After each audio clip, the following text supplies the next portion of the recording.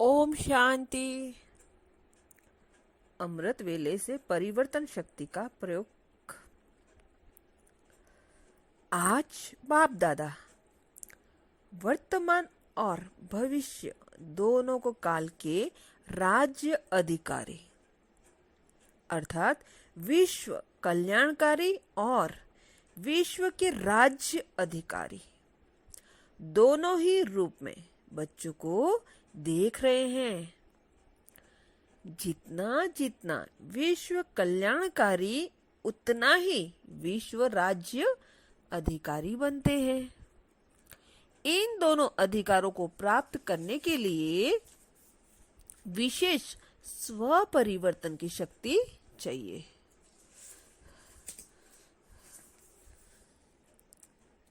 उस दिन भी सुनाया था ना कि परिवर्तन शक्ति को अमृत वेले से लेकर रात तक कैसे कार्यों में लगाओ। तो पहला परिवर्तन शक्ति आँख खुलते ही मैं शरीर नहीं आत्मा हूँ।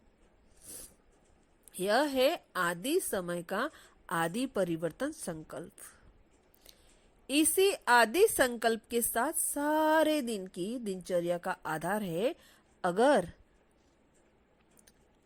आदि संकल्प में परिवर्तन नहीं हुआ तो सारा दिन स्वराज्य व विश्व कल्याण में सफल नहीं हो सकेंगे। आदि समय में परिवर्तन शक्ति कार्य में लाओ। जैसे सृष्टि के आदि में ब्रह्मा से देव आत्मा सतो प्रधान आत्मा पाठ में आएगी, ऐसे हर रोज अमृत वेला आदि काल है। इसलिए इस आदि काल के समय भी उठते ही पहला संकल्प याद में ब्राह्मण आत्मा पधारे। बाप से मिलन मनाने के लिए यह समर्थ संकल्प, श्रेष्ठ बोल श्रेष्ठ कर्म का आधार बन जाएगा। पहला परिवर्तन मैं कौन, तो यही फाउंडेशन परिवर्तन शक्ति का आधार है। इसके बाद दूसरा परिवर्तन है मैं किसका हूँ, सर्व संबंध किसके हैं, सर्व प्राप्तियां किससे हैं। पहले देह का परिवर्तन, फिर देह के संबंध का परिवर्तन, फिर संबंध के आधार पर प्राप्तियों का परिवर्तन। इस परिवर्तन को ही सहज याद कहा जाता है। तो आदि में परिवर्तन शक्ति के आधार पर अधिकार बन जाते हैं। अमृत वेले के बाद अपने देह के कार्यक्रम करते हुए कौन से परिवर्तन की आवश्यकता है जिससे निरंतर सहयोगी बन जाएंगे। सदा यह संकल्प रखो कि मैं चैतन्य सर्वश्रेष्ठ मूर्ति हूँ और यह मंदिर चैतन्य मूर्त का यह चैतन्य मंदिर है।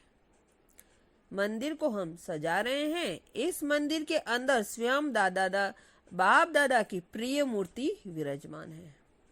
जिस मूर्ति के गुणों की माला स्वयं बाप दादा सिमरण करते हैं, जिस मूर्ति की महिमा स्वयं बाप करते हैं, ऐसी विशेष मूर्ति का विशेष मंदिर है। जितनी मूर्ति वैल्यूबल होती है, मूर्ति के आधार पर मंदिर की भी वैल्यू होती है। तो परिवर्तन क्या करना है, मेरा शरीर नहीं लेकिन बाप दादा की वैल्यूबल मूर्ति का यह मंदिर है। स्वयं ही मूर्त स्वयं मंदिर का ट्रस्टी बन मंदिर को सजाते रहो। इस परिवर्तन संकल्प के आधार पर मेरापन अर्थात देहभान परिवर्तन हो जाए।